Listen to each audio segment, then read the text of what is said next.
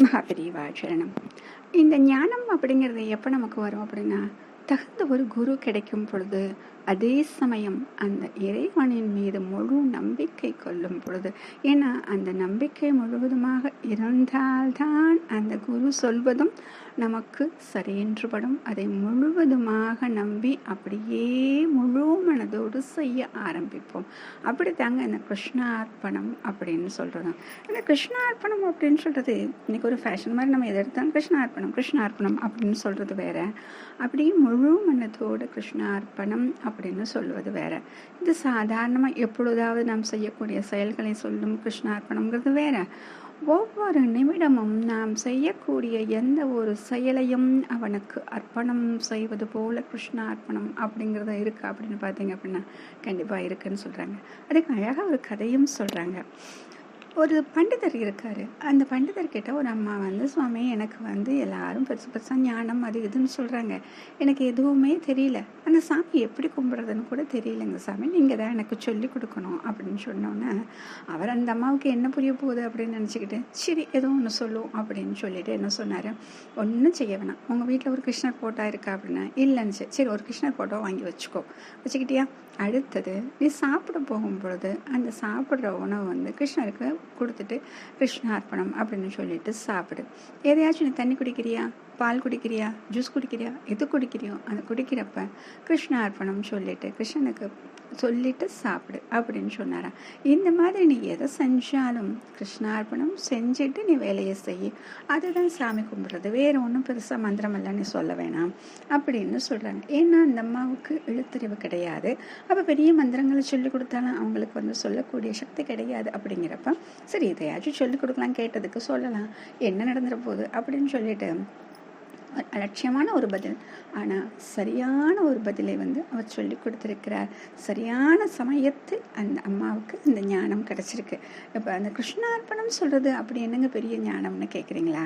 நடந்த நிகழ்ச்சிகளை பார்த்தீங்க அப்படின்னா எவ்வளோ பெரிய ஞானம் அப்படிங்கிறது தெரிஞ்சிடும்.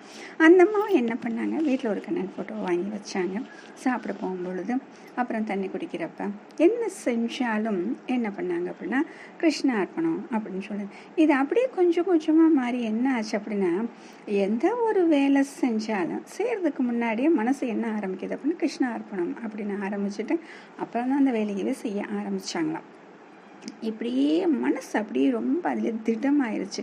நம்ம சொல்லும் இல்லையா, எண்ணங்கள் எப்போ வலுப்பெறும் அப்படின்னா, ஒரு விஷயத்தை நம்ம நினைக்க ஒரு வார்த்தையை நம்ம திரும்ப சொல்ல அதுவாகவே நம்ம ஆகிடுவோம் அப்படின்னு சொல்கிறோம் இல்லையா. அது மாதிரி தான் அந்த கிருஷ்ணார்ப்பணம் அப்படிங்கிறது அவ்வளோ ஒரு உறுதியான விஷயமா அந்த அம்மாவுக்கு ஆயிடுச்சு. அது சொல்லாமல் அந்த அம்மா எந்த விஷயமே செய்கிறது கிடையாதுன்னு ஆயிடுச்சு. இப்படி ஆயிடுச்சா, ஒரு நாள் என்ன பண்ணுறாங்க, வீட்டில் அப்படியே குப்பையாக இருக்குது, சரின்னு கூட்ட ஆரம்பிக்கிறாங்க. கூட்டிட்டு தூக்கி போடுறப்ப என்ன பண்ணுறாங்கன்னா கிருஷ்ணார்ப்பணம் சொல்லிட்டாங்க. இது தப்பாக ரைட்டானா அந்த அம்மாவுக்கு தெரியாது. அந்த அம்மாவுக்கு தெரிஞ்சது என்ன அப்படின்னா, எந்த ஒரு வேலையை செஞ்சாலும் கிருஷ்ணார்ப்பணம் சொல்லுன்னு அவர் சொன்னார். சரி அப்படின்னு இதை பக்கத்தில் போயிட்டு வந்த நாரதர் பார்த்துட்டு அவருக்கு கோபம்னா கோபம், அவ்வளவு கோபம். உடனே ஓங்கி ஒரு அரை அரைஞ்சாரு அந்த அம்மா கிட்ட. அரைஞ்ச உடனே, ஏம்மா அந்த கிருஷ்ணனுக்கு அந்த பெருமாளுக்கு இந்த குப்பையவா அர்ப்பணம் பண்ணுவேன் அப்படின்னு சொன்னார். இவங்களுக்கு என்னன்னே தெரியல, என்னமோ இது சொல்கிறாரே, என்ன நம்ம அர்ப்பணம் பண்ணணும், என்ன குப்பையை போட்டோம் அப்படின்னு தெரியல. ஆனால் இவனுக்கு மனசு பூரா அந்த கிருஷ்ணன் மட்டும்தான் இருக்கார். உடனே என்ன பண்ணார் அப்படின்னா, அந்த அடியை அழிச்சோடனே அதையும் கிருஷ்ணார்ப்பணம் சொல்லிட்டாங்க. அப்போ நாரதருக்கு இன்னும் கோபம் வந்துருச்சு. கோபம் வந்தோடனே அடுத்த கணத்துலேயும் அடிக்க ஆரம்பிச்சிட்டாங்க. அடித்தோடனே திரும்பவும் அவள் கிருஷ்ணார்ப்பணம் சொல்லிட்டான். அழுதுகிட்டே சொல்கிறாங்க கிருஷ்ணார்ப்பணம் அப்படின்னு சொல்லிட்டாங்க. என்னடா இது, எல்லாத்துக்குமே கிருஷ்ணார்ப்பணம் சொல்லிக்கிட்டே இருக்காங்க அப்படின்னா, அந்த கோபம் வந்தவுடனே நேராக விஷ்ணு பெருமாள் கிட்ட போகிறாரு.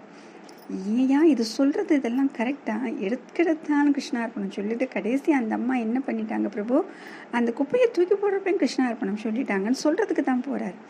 அங்கே போனால் அங்கே பெருமாள் பார்க்கடலில் இருக்காரு, ஆதிசேஷன் மேலே உட்காந்துருக்காரு. பார்த்தா 2 கன்னத்துலேயும் அப்படியே விரல் பதிஞ்சிருக்கு. பிரபு இது என்ன இப்படி ஆகிப்போயிடுச்சு, உங்களை யார் அடித்தாங்க, அந்த அளவுக்கு யார் இங்கே தைரியம் இருக்குது அப்படின்னு சொன்னோன்னே ஒருத்தர் அடிக்கலை, நீ அடிச்சல்ல அப்படின்னு. பிரபு இது என்ன கொடுமை, நான் எப்படி உங்களை அடிக்க முடியும், நீ என்ன அடிக்கல, என்னுடைய பக்தியை நீ அடிச்சு இல்லையா, அடிச்சோன்னா அவள் என்ன சொன்னா, கிருஷ்ணார்ப்பணம்னு சொன்னான். அதுக்கு தானே பிரபு அவளை கோபமாக இன்னொரு அரை அரைஞ்சி, இதுக்கு போய் எதுக்கு கிருஷ்ணார்ப்பணம் அரைஞ்சல்ல, திரும்ப அரைச்சி அறந்தைக்கு அவன் என்ன சொன்னா, கிருஷ்ணார்ப்பணம் சொன்னான். ஆக அவள் சொன்னது எல்லாமே எனக்கே அர்ப்பணம் ஆயிடுச்சு. அவள் எது செஞ்சாலும் என்ன நினச்சிக்கிட்டு செய்கிறா.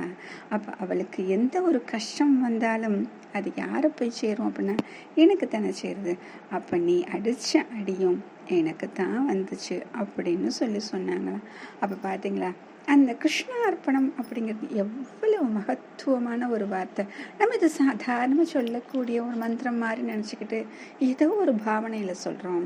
ஆனால் உண்மையான பாவனை என்ன அப்படின்னா, ஒவ்வொன்றையும் அவனுக்கு நாம் அர்ப்பணம் செய்கிறோம் என்று ஆத்மார்த்தமாக எண்ணி இந்த மந்திரத்தை சொல்லிவிட்டால் நம் வாழ்வில் எதுவுமே இந்த பாப புண்ணிய கணக்கே இருக்காதுங்க. ஏன் அப்படின்னா எல்லாத்தையுமே அவர்கிட்ட நம்ம அர்ப்பணிச்சிட்டோமே. பாபம் செய்தாலும் சரி, புண்ணியம் செய்தாலும் சரி. ஏன் அப்படின்னா செய்வது நாம் கிடையாது, அவன் நம்மை செய்ய வைக்கிறான், நாம் கருவி அப்படிங்கிற அந்த எண்ணம் வந்த உடனே எதுவுமே நம்முடைய கணக்கில் கிடையாது.